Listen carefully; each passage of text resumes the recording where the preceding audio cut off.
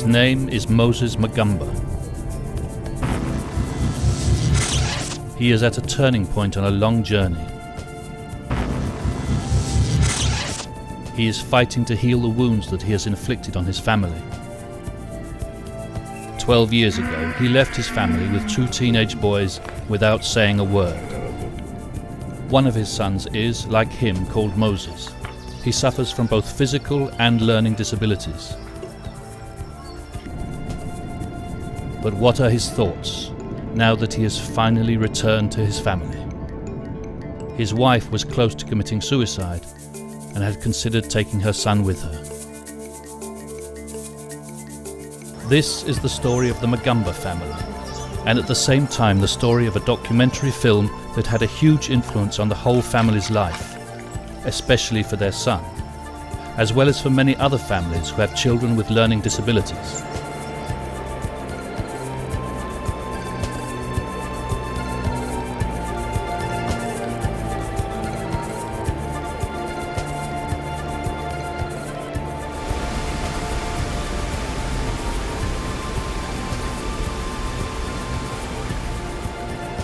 We are just outside Jinja, Uganda's second city, where the Nile begins its journey from Lake Victoria.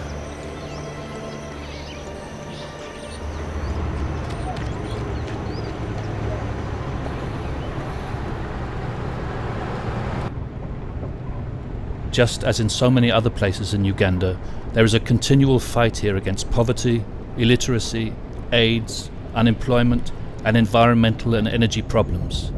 And even here, the effects of the international financial crisis and of global warming can be felt.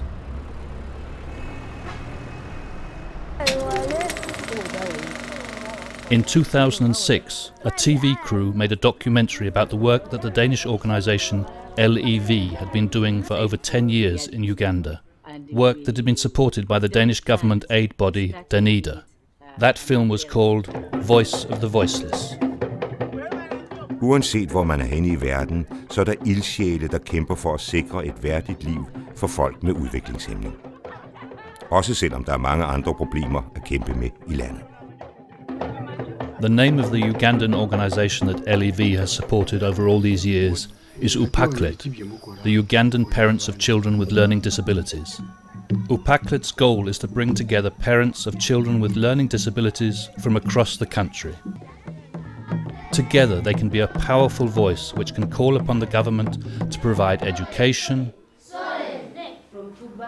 care and employment, as well as working towards a greater understanding and acceptance of people with learning disabilities in an atmosphere of tolerance and respect.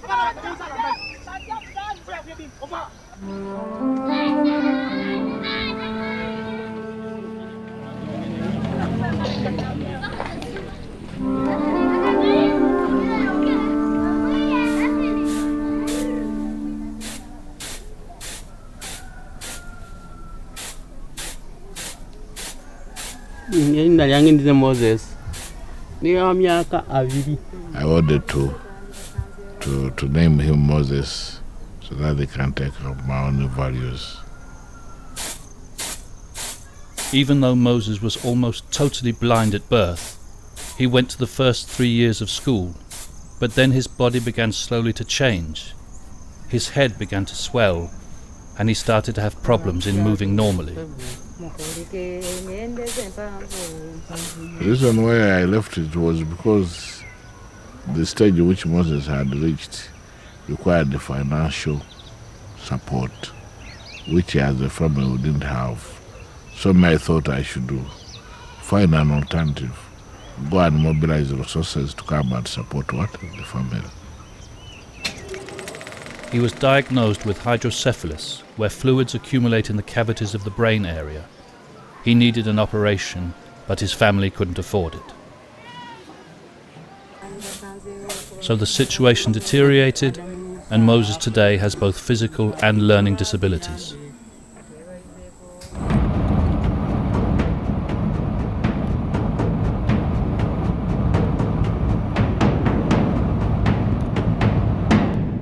He was away from his family for almost 10 years.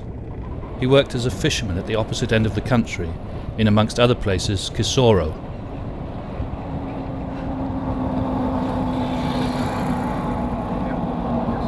I didn't tell her, and it was really strategic. If I told her, she would really break down. But this happened anyway, and the documentary film described the terrible consequences there were for her and Moses when they were suddenly left alone.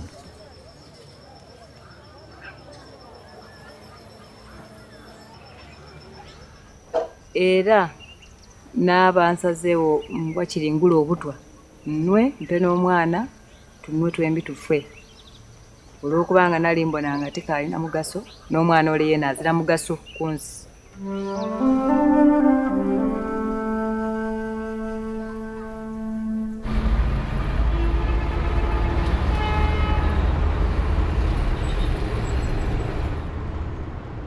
The coming back was when I saw this film on the screen. I thought that I think the things had gone too far. So I decided that, no, let me go back and restore, rejoin my family. Nze kyali musanfu era nalwawo okusanuka wali yali yayize kuba yali andeseewo yajjanga yanumukako. She just neglected me. Yeah. She thought I'm the same person. Forgiveness doesn't just come by itself. It is dependent on what you do to help it. And the first step towards acceptance and reunion begins when he actively participates in Upaklet meetings with his wife. Today we have Mr. and Mrs. Magumba. They are here with us. They've come to share experience on their family life with their son Moses and what they've gone through. He contributes by telling his version of the story. I really don't know whether I'm able to heal the wounds. And I don't know what it means I can use to repair her soul. She didn't feel well because she hadn't forgiven him in the first instance. Somebody going away for so many years, and then all of a sudden you see somebody coming back. Bweyabulawo tyama nawe weyaja. Butinze nasigala mu buzibu n'abonaabona n'omwana. Nza gwe neebuuza Tidi yajja paka Upaklet bwe yantoola mu China. Because you can imagine, single-handedly without any hope. This is a child who needs help, 24-hour service, and is very strong, moving him out of the house. That's why in the last film she was talking of taking poison. Now, what she has said is really a true story. He didn't know anything about the documentary until he saw it, quite by chance, on national UBC television while he was living in Crusader. When they put this film on, I think there is a lot of inspiration when we were touched, when the family was touched. And if they had not done this, perhaps the reconciliation wouldn't have been what? Possible. Perhaps the film had an influence on his decision to return home. But there were other reasons behind his original decision to leave the family. Moses had developed a problem. He was making a lot of unique noise. A noise which you cannot even tolerate throughout the day, throughout the night.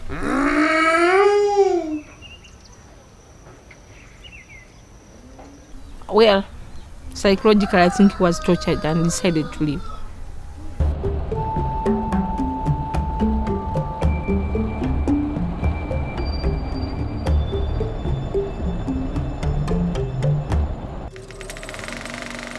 When his wife's crisis was at its worst, she was contacted by Upaklet, and over the next couple of years she managed to build a new and relatively tolerable existence for herself, with enough energy for her and her son. Kuba byonna lindowooza byonna nabivwako. Era kyenayegamu nayega endabirira y'omwana, endiisa y'omwana, engeri gye nina okumutaako omukwano, kuba tutuuka ekiseera twagaya, twayemba ennemba, ze nanemba naye ennemba ezo dayembye ng'obwira, twayirawo twayemba twembi. Tujeze rumba. She learnt to take care of herself and Moses as a peasant farmer, together with the tiny income from her shop, which Upaklid had helped her to set up. Wasobola okuba abaawo okwo okwebeezaawo. Yeah, I mean, she had got adapted to this life without me. So she was stronger than I left her. She had her own programs now.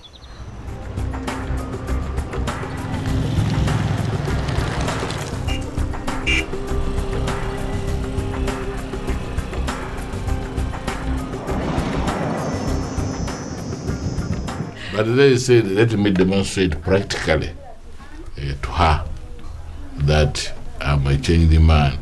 I'm converted now to Crusader.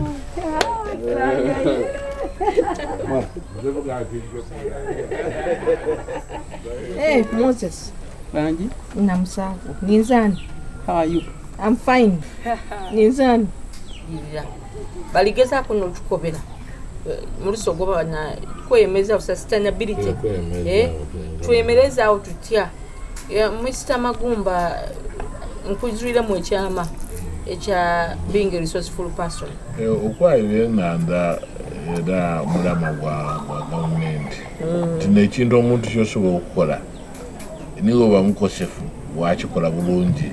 Era kyabanga kisobola kwaki okwa sente. Nangu was watching my behavior. Have I really changed? You know, what plans do I have? You know, like that. You know, so it has been really a gradual process to reach where we are now. Kati ye Moses kulwenga yasanuka. Olwamukoba ati ndize mbaire najja kukola ayendize. When I come back, you also could not. Right, I believe that I was disabled, but fortunately, he knows my voice. Although he was not seeing me, he knew, he recognized that I was the father around. Nasanukaino. Era nasanukaino. Nawe no send kwenda kuona. I had thought that I made a mistake, first of all. And my first task is to see how I can reconcile with the Nangovi. I think that was my strategy now. Ekintu ekyo namala kubuulirirwa okuva mu Upaklid. Abambuulirira nemale namusonyiwa.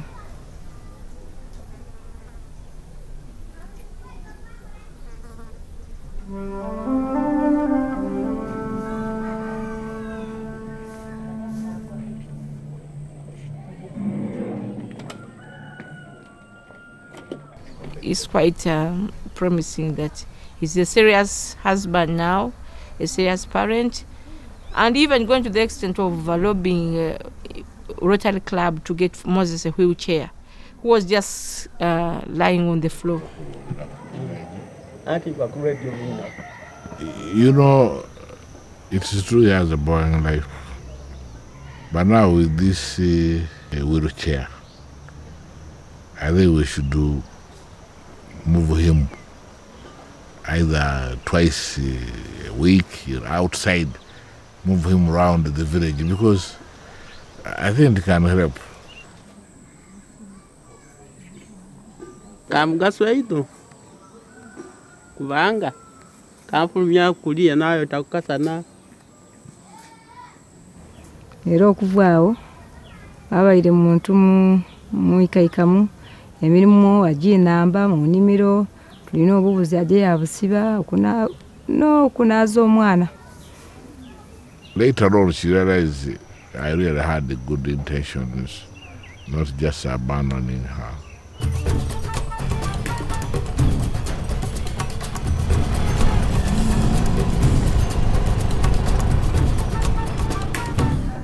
Then I said, from now onwards, let's share this problem now. Let's learn to live with the problem. So that I brief my people that now, no, I'm not that Magumba, which you used to know. He has done something. And he's always attending Upakedi meetings. He has attended a number of trainings, as he said in his own words. So, to me, I think his meaning is starting a new life. Okusooka yasasulira omwana school fees oyo yemale Makerere. Ekyokubiri yatandika okubudaabudanga Moses.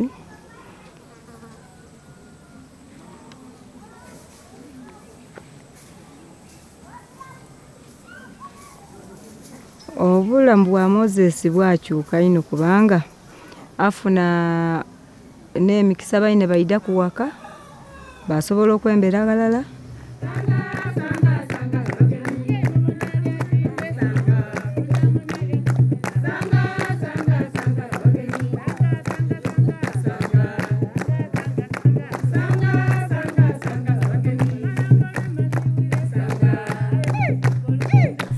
And I would say that he has really taken up a very big role, because he has accepted the children with intellectual disabilities to meet in his home. We are not paying anything.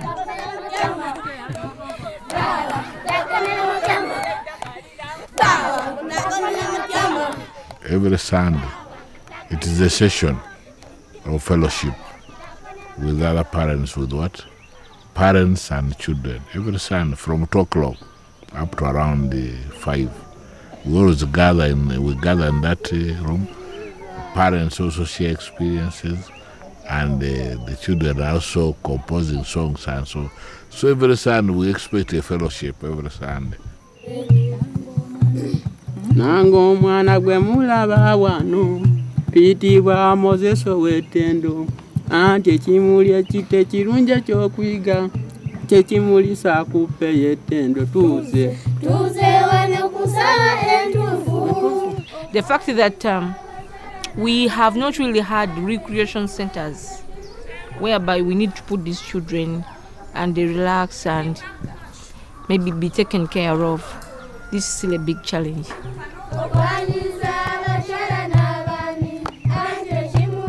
And well, you see there is a very big change, improved the quality of life in the home.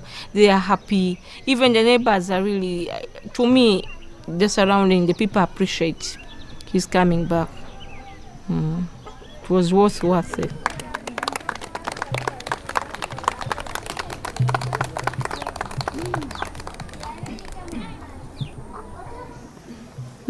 Eriwo enkyukakyuka eriwo lwakuba nti kale nali mulekanga ino mu buliri aye buti mutoolayo twabaawo kuluya kutwaja ku TV waire tabonayo abali kuwulira enemba niba ine bali awo.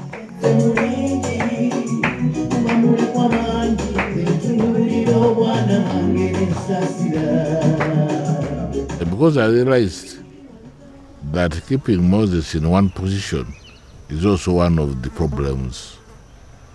So that's why I said, okay, let me try. And I was told this when I attended the Upakred workshop in town. So they told us the importance of exercise. And when I came back, I told my wife that, let's not keep Moses just in one position. Count. 1, 2, 3, 4, 5, 6, 7, 8, 9, 10. 10. And we need really more exercises, training on that. What kind of exercises are really suitable?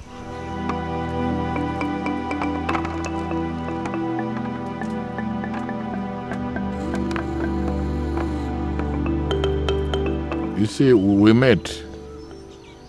We attended a DEC meeting, a district executive committee meeting of Upakred. And one of the issues was sustainability.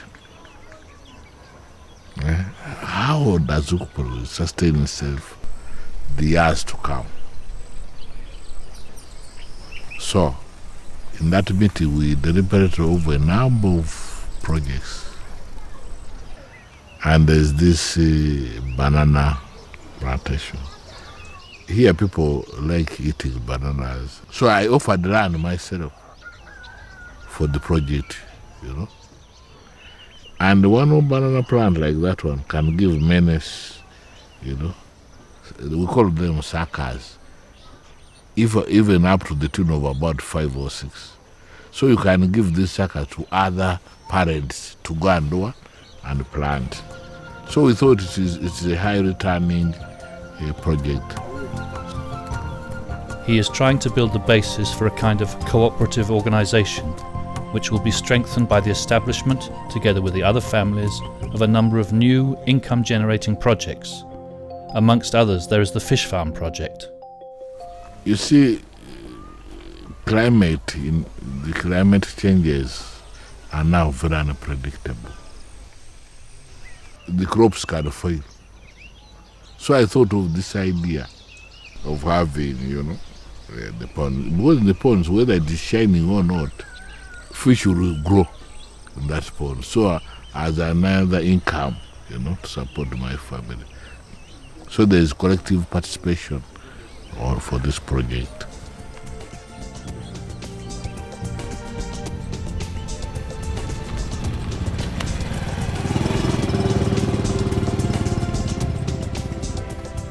His initiative can be felt not only in connection with the cooperative projects, but also at home with his family. And he supports his wife in the project which she started while he was away. Yeah, the shop is on, and now people are used. There are few commodities, you know, which we sell. And Madame that's one of the activities also. Madame is participating. And everyone in the family. And Moses, let me note this. Moses is the best tenant now. Do you know why? When they knock on the window, Karibu, he will shout, Karibu, because the mother may be in the kitchen. Karibu.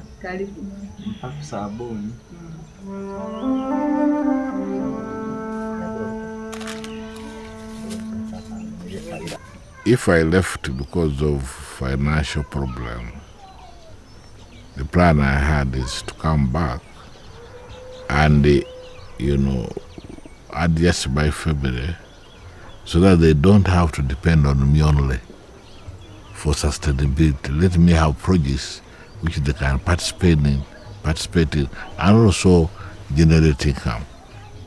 So that it's really a collective effort. That let the whole family participate in the income generation. Using this case study of Mr. Magumba, whereby we saw that the father is now taking collective responsibility. When the mom goes to the garden, he takes care of Moses, and vice versa. So really, my urge to parents is that don't separate. These children need you because they belong to both of you, the mom and the dad. So we are trying to make him integrate in the family program as if he was normal. That's what we are trying to do. This is what Upaklet is struggling for at a national level. And despite the fact that Moses was out of their lives for so many years, a sense of security has now been re-established in the family. And he has managed to do what other men seem unable to do, to return to their families and accept a child with physical and learning disabilities. Let me take this opportunity to apologize to my wife formally. Let her not live in the past.